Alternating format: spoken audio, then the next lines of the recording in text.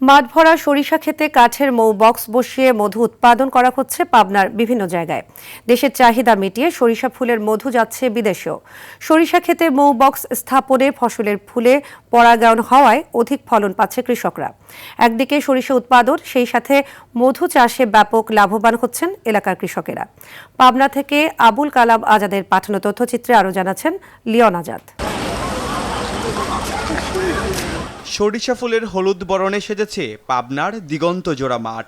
এমন চিত্র চোখে পড়বে পাবনা সদর, আটঘরিয়া ও চাটমোহর চলনবিল এলাকায়। শীতের সকালে চিরসবুজের বুকে কাঁচা হলুদের আলপনায় সেজেছে আদিগন্ত সরিষা ক্ষেত। ফুলের রেণু সংগ্রহে ব্যস্ত মৌমাছিরা, ফিরিয়ে এনেছে গ্রামীণ প্রকৃতির প্রাণচাঞ্চল্য।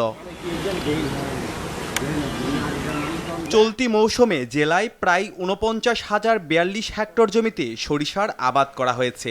মধু সংগ্রহের লক্ষ্যমাত্রা ধরা হয়েছে ১১০ মেট্রিক টন। মৌচাষিরা বলছেন, সরিষা ক্ষেতে মৌ বক্স স্থাপন করলে একদিকে যেমন মধু পাওয়া যায়, অপরদিকে ফসলের হয় অধিক ফলন। মৌমাছির রেণু ছাড়ালে পরে আপনার দেখা যাকে ফুলে ফলন বেশি হয়। যারা ফুলে মৌমাছি বসতেছে না, আপনার দেখা যাক ৬ মন ৫ মন এরম হয়। আগ হচ্ছে অনেক চাহিদা বর্তমান। সরিষার মধু তো এমনি খুব সুন্দর মধু, ১ নাম্বার মধু হয়।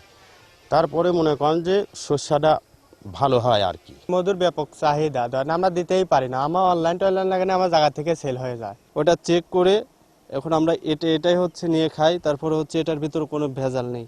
মাঠ পর্যায়ে কৃষকদের পরামর্শ দেয়া হচ্ছে বলে জানিয়েছেন এই কর্মকর্তা। সরিষা উৎপাদনের পাশাপাশি আমরা মৌ চাষ সম্প্রসারণের লক্ষ্যে কাজ করছি।